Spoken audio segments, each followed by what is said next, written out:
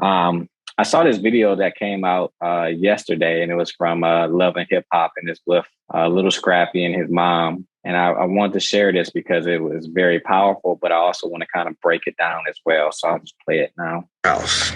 I grew up in a trap house. Yep. So all I knew was that, you know what I'm saying? And I love you because you held it down and like you did what you had to do. But imagine you never a had child to, point of view. You never had to sleep with your mama 24/7 because you couldn't go in your room. Okay. You never had to walk in on my dope. Yeah. You never had to walk in on my just you know what I'm saying? The way I was raised, I had to deal with that because everything that happened, I had to deal with that. And I'm still dealing with it because ain't nobody come to take me to give me no help. Ain't nobody got me no help. I learned about that when I got older. Okay. So do you know this real, cuz like this this in my head, my whole life, in my head. The I go through, I can't even go to her, she hard. I can't go to you hard. So I'm on the concrete, my granddaddy ain't that hard. Wow. So that's a very powerful clip. I mean, I get emotional watching it. Same. That's super powerful. So if you look at Scrappy and you look at his mom, the reason why I really want to show this is from the mother's end as well, because I see a lot of responses like Mama D doesn't care. Mama D is stuck in trauma response. Scrappy shared he experienced growing up with her, but there's another side to it. What Mama D experienced growing up, and trauma begets trauma. So Scrappy is right in being able to, one, share that experience and be vulnerable with his mom in that way. But there's a reason why Mama D is probably acting the way that she's acting. And I guarantee you, if you go back into these maps here, we can start to see where she's probably at.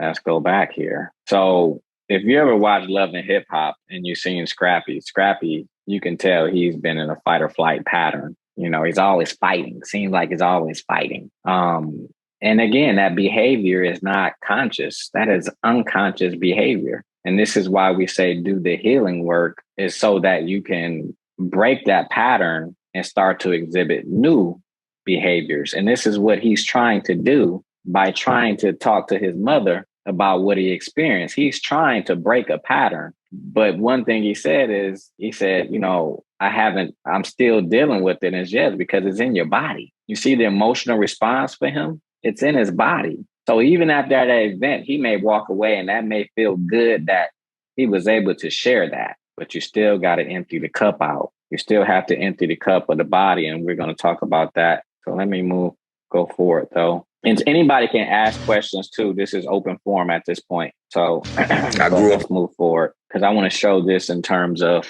stimulus response. We live in a stimulus response feedback loop. So when you take a look at our culture, you look at, again, let's talk about the imbalanced brain. If you look to the top left there, that's the left side and the right side. The right side, you see an overactivation that has to do with being stuck in the sympathetic, which is the fight-flight response. So let's say that this gentleman here, let's call him Dante. Let's say that Dante grew up in an environment where there was stimulus that caused him to go into fight or flight.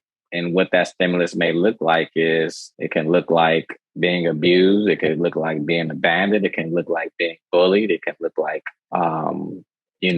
having absentee parents. It could look like having parents with mental illness. It can look like having a parent who was in prison. It can look like many different things to activate that response, that fight or flight response. And now that he's stuck in. And then you start to look at what are the physical reactions that take place, the physical reactions. And you can start to think about this for yourself too and scan your body as I call these things out. Elevated shoulders. Where are your shoulders at right now? Tight neck. Where's your neck? Clenched jaw. Are you clenching? Do you grind your teeth? Do you have back pain that you can't explain? A lot of people suffer from back pain. They think I lifted something, but really back pain can also happen as an emotional stress response, trauma response as well. Joint aches, balling of your fist, that's very common. Overall body stiffness, holding your breath, gastrointestinal issues, and shaking. These are the physiological responses that take place in the body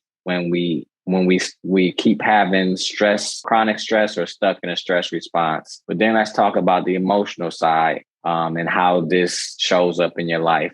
Difficulty managing money. I like how that's the first one specifically because we're on a platform that's all about financial literacy, right? A part of our issue is not just financial literacy just because, okay, I know how to make money, but do you know how to manage money? Do you know how to keep money? And that's been our biggest thing. We know how to get money. Like, look at this spending though. And what are we spending the money on? Well, if you look at the top right, those physiological symptoms, you're going to try to self-soothe yourself. And what's the best way to self-soothe? Well, to spend. You're going to spend your way out of pain, right? And spending your way out of pain might look like, and I talked about on the last class, it may look like retail therapy. It may look like overeating, over-consuming food. It may look like you have out of the top 10 websites in the world, 3 of them are porn. And so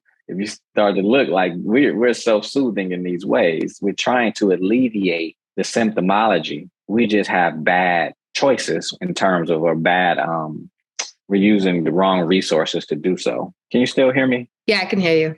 Being overly self-reliant. Now, this was pushed in our community for independent women to be independent. And those are just trauma responses as well. And I'm not saying independent, overly self-reliant. Independence is fine, but interdependence is more resourceful. I need you, you need me.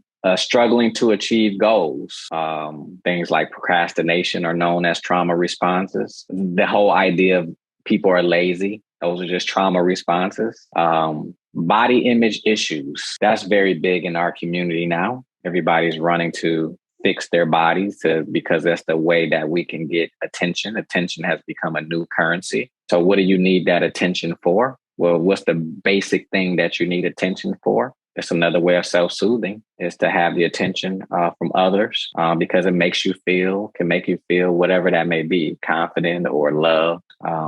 But again, all of these have diminishing returns. These things that we do to try to really solve the issue has a diminished return.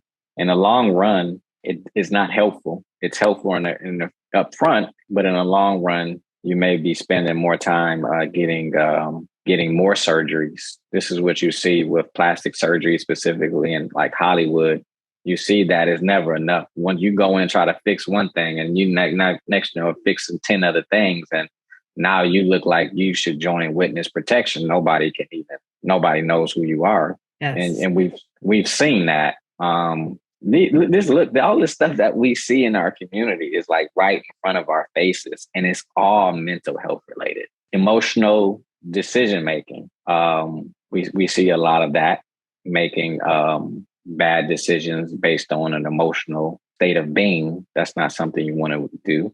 Inflexible dating standards. Oh, this is like really big right now within our community as well, where people feel like they have to have a list of all these attributes and that person looks perfect. Perfectionism itself is a trauma response. So imagine when you're looking for the perfect person. You're looking for the perfect person for you, but the person is not perfect. And that perfect person is not going to save you. And that perfect person is not going to change those physiological responses, nor those middle emotional issues for you. This is the work that we have to do to begin to overcome that. Let's go next.